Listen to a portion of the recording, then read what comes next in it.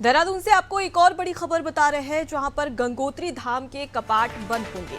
गंगोत्री के कपाट बंद करने का मुहूर्त तय कर दिया गया है, जहां 14 नवंबर को गंगोत्री के कपाट बंद होंगे।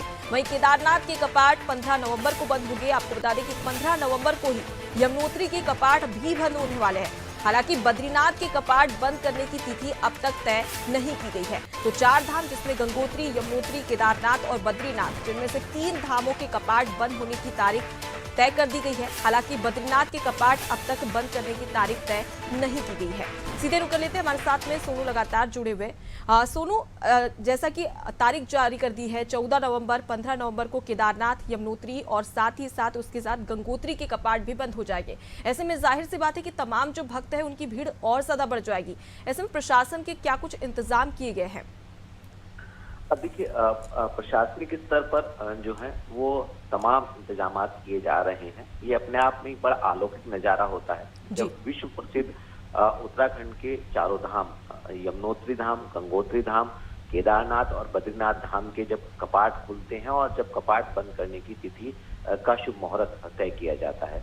कहीं ना कहीं बड़ी संख्या में जो श्रद्धालु के तौर पर दूर दराज से, यहाँ तक कि विदेशों से तक लोग जो है इन धामों में पहुंचते हैं, तो एक अलौकिक शांति की अनुभूति उनको होती है। और यही वजह है कि लाखों की तादाद में श्रद्धालु जो हैं यहाँ इन पवित्र धामों के दर्शन करने के लिए पहुंचते हैं। अलग अलग समय पर अलग अलग तिथियां तय की जाती हैं। बद्रीनाथ धाम के कपाट बंद करने की जो तिथि है वो सामान्य तौर पर दशहरा के दिन, विजयदशमी के दिन तय की जाएगी। और अगर हम केदारनाथ, यमुनोत्री, गंगोत्री के धामों की बंद करने की तिथि की बात करें तो ये अलग अलग समय पर तय की जाती है। लिहाजा 6 माह तक, क्योंकि ऊंचाई वाले पर्वतीय क्षेत्र है, 6 माह तक जो है वो अधिक बर्फबारी होने के कारण जो शीतकालीन प्रवास स्थल है इन धामों के, वहां पर पूजा अर्चना की जाती है। और 6 माह के बाद जो है जब कपाट खोले जाते हैं पूरे विधि विधान के बाद, उसके बाद श्रद्धालु जो है धाम में जाकर के दर्शन कर पाते हैं। तो ये एक अपने आप में अलौकिक नजारा होता है जब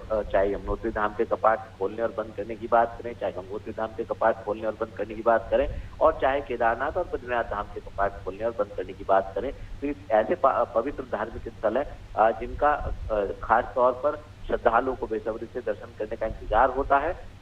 और जो प्रशासनिक अमला है वो यात्री को परेशानी ना हो, तमाम तैयारियों में जुटा होता है। अब चूंकि कपाट बंद करने की प्रक्रिया शुरू हो गई है, तो आने वाले समय में स्थानीय प्रशासनिक अधिकारी और शासन स्तर के अधिकारी लगातार तमाम व्यवस्थाओं को मुकम्मल कर रहे हैं और आने वाले समय में एक के बाद एक कपाट बंद हो जाएंगे। जी बिल्कुल सोनू, और पिछले दिनों हमने देखा था कि किस प्रकार से चारों धाम में जो श्रद्धालु है वो बढ़ चढ़ कर आ रहे थे भगवान के दर्शन करने के लिए।